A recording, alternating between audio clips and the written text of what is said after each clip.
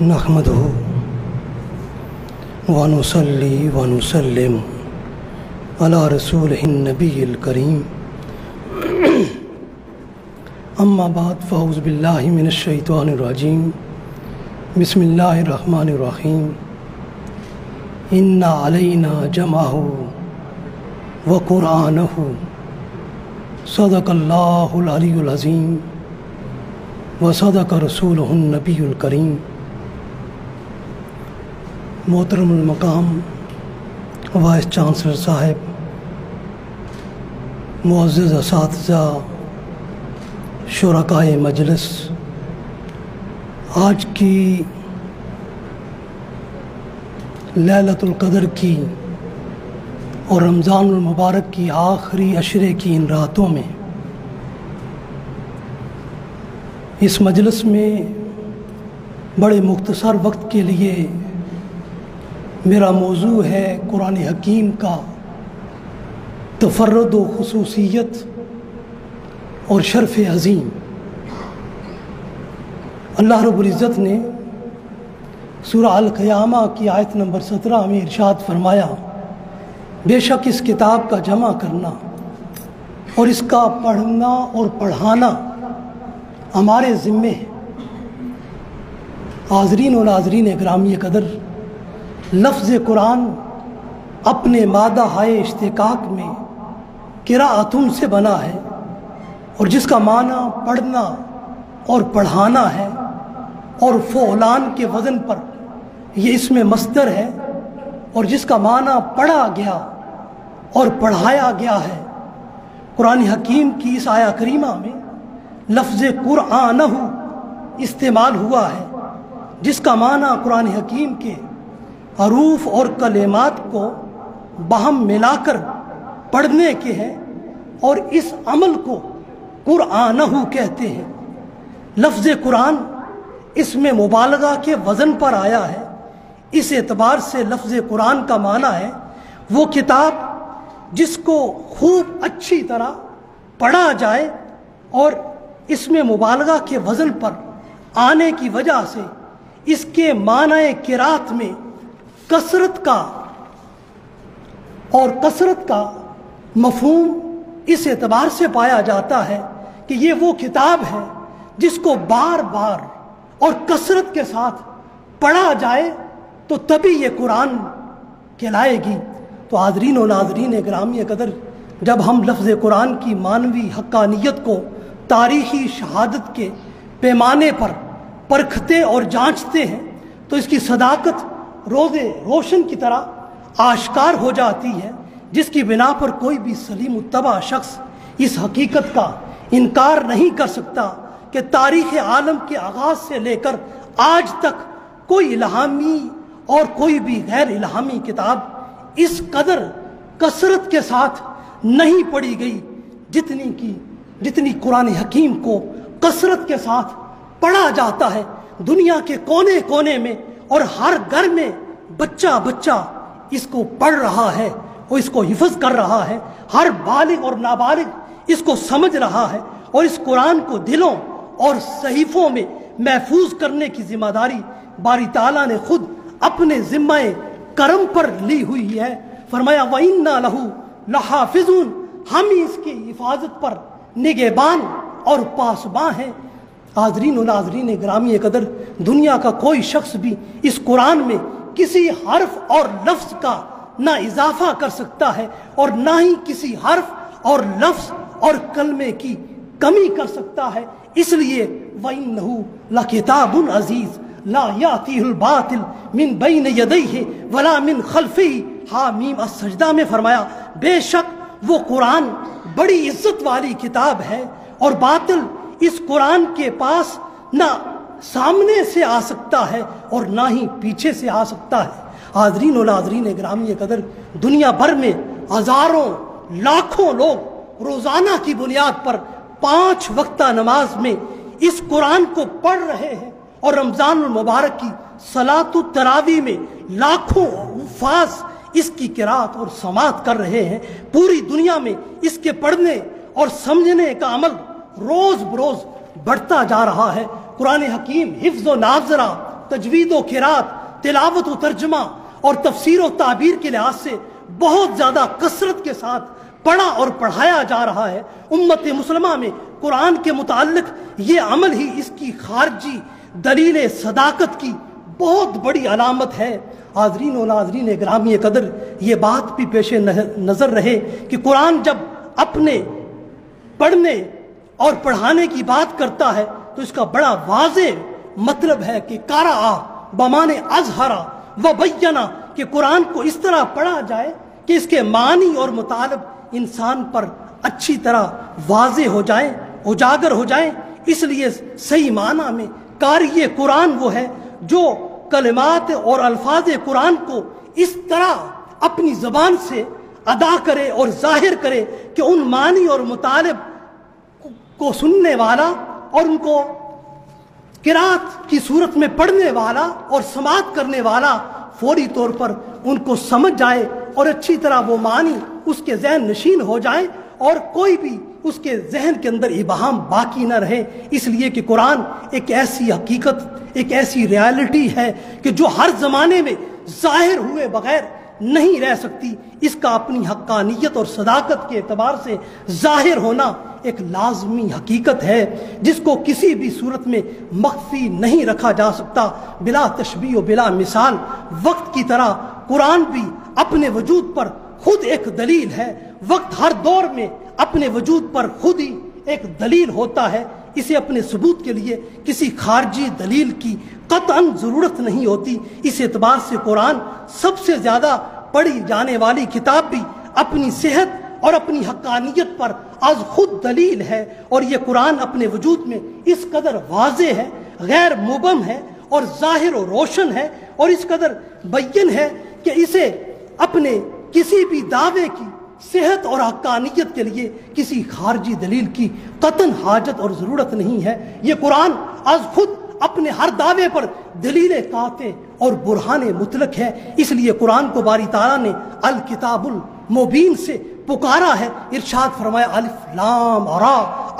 تلک آیات الکتاب المبین، سورہ یوسف میں فرمایا کہ یہ روشن اور واضح کتاب کی آیات ہیں۔ حاضرین و ناظرین گرامی قدر، قرآن حکیم کے اسی وصف کو مزید اجاگر کرتے ہوئے اسے نوراً مبینہ کا وصف امتیاز بھی باری تعالیٰ نے عطا کیا ہے، اور ارشاد فرمایا وَأَنزَلْنَا إِلَيْكُمْ نُورًا مُبِينًا، سورہ نساء میں ہم نے آپ کی طرف ایک واضح نور بھیجا ہے۔ اب اس آیہ کریمہ میں لفظ نور اور لفظ مبین استعمال ہوا ہے۔ لفظ نور بذات خود روشنی کو کہتے ہیں، اور اس پر مزید اضافہ کرتے ہوئے اس نور کو نور مبین بھی ارشاد فرمایا کہ وہ واضح نور۔ اب اس قرآن کو نور مبین قرار دینے کا مقصد اس حقیقت کو بھی آشکار کرنا ہے کہ قرآن ایک ایسا واضح نور ہے جسے اپنے دعویٰ کے ثبوت کے لیے کسی مغائر، کسی خارجی دلیل کی قطعاً حاجت نہیں ہے۔ یہ قرآن از خود دعویٰ بھی ہے اور اپنے دعویٰ پر از خود دلیل بھی ہے، جیسے انسانی زندگی میں وقت از خود دعویٰ بھی ہے اور دلیل بھی ہے۔ حاضرین گرامی قدر، قرآن کو قرآن اس لیے بھی کہتے ہیں کہ یہ لفظ القرائن اور قرینہ سے بنا ہے، جس کا معنی ہی علامت اور نشانی اور دلیل کی ہے۔ اس کی ہر آیت دوسری آیت کے مدعا اور مفہوم کی صحت کے لیے ایک علامت، ایک دلیل اور ایک قرینہ ہے، اور یہ اعجاز صرف قرآن مجید کو حاصل ہے کہ یہ اپنے ہر دعویٰ کی دلیل خود ہے، جبکہ دیگر سماوی اور الہامی کتب اپنے دعویٰ کی صداقت کے لیے اپنے انبیاء کے حصی معجزات پر انحصار کرتی تھیں۔ قرآن اور صاحب قرآن دونوں کو یہ اعجاز حاصل ہے کہ یہ دونوں اپنے ہر دعویٰ پر دلیل از خود ہیں، اور ان دونوں کو کسی خارجی دلیل کی قطعاً ضرورت نہیں ہے۔ قرآن نے اس حقیقت کو لفظ برہان اور نوراً مبینہ کی صورت میں واضح کیا ہے۔ ارشاد فرمایا یا ایھا الناس قد جاءکم برہان من ربکم وانزلنا الیکم نوراً مبینہ، سورہ نساء میں فرمایا ہے لوگو بے شک تمہارے پاس تمہارے رب کی طرف سے سب سے زیادہ مضبوط اور اٹل دلیل آ گئی ہے، اور ہم نے تمہاری طرف روشن نور نازل فرمایا ہے۔ حاضرین و ناظرین گرامی قدر، اس آیہ کریمہ میں لفظ برہان رسول اللہ صلی اللہ علیہ وسلم کی ذات اقدس کے لیے استعمال ہوا ہے، اور برہان اس دلیل کو کہتے ہیں جو ہمیشہ صدق پر دلالت کرتی ہے اور جس کے ذریعے تمام شکوک و شبہات اور تمام عذر اور ہیلا جات کا خاتمہ ہو جاتا ہے، اور جس کے ذریعے احقاق حق کا اثبات کیا جاتا ہے اور ابطال باطل کا اہتمام کیا جاتا ہے، اور برہان وہ دلیل ہے جس کے ذریعے حق کو قبول نہ کرنے کے تمام عذر کا خاتمہ کر دیا جاتا ہے۔ اس لیے رسول اللہ صلی اللہ علیہ وسلم نے اہل مکہ کو اپنی نبوت اور رسالت کی سب سے بڑی اور سب سے پہلے جو دلیل پیش کی وہ آپ صلی اللہ علیہ وسلم کی اپنی ذات اقدس تھی، کوئی خارجی دلیل نہ تھی، کوئی حصی معجزہ نہ تھا، بلکہ وہ دلیل آپ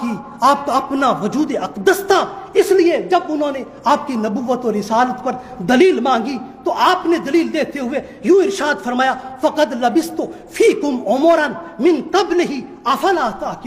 تَعْقِلُونَ۔ سورہ یونس میں فرمایا میں نے تمہارے اندر ایک عمر گزاری ہے، یعنی اپنی زندگی کے 40 برس، بس تم غور کیوں نہیں کرتے؟ اگر میری یہ 40 سالہ زندگی میرے دعوی نبوت اور رسالت کے خلاف ہے تو تم کو حق ہے کہ میری نبوت اور رسالت کا انکار کر دو۔ اگر تم میری صداقت و امانت کو آج تک تسلیم کرتے رہے ہو تو اب میرے اس دعویٰ کو بھی سچا جان لو اور سچا مان لو۔ گویا رسول اللہ صلی اللہ علیہ وسلم نے اپنی نبوت اور رسالت کے دعویٰ پر اپنی ذات، اپنی سیرت اور اپنے کردار کو دلیل نبوت اور دلیل رسالت ٹھہرایا ہے، اور کل عالم انسانیت کے سامنے خود کو پیش کیا ہے۔ روز اول سے لے کر آج تک یہ بے مثال دلیل رد ہو سکی ہے اور نہ اس دعوے کا ابطال ہو سکا ہے، اس لیے کہ باری تعالیٰ نے آپ کی ذات اقدس کو سب دلیلوں کے لیے،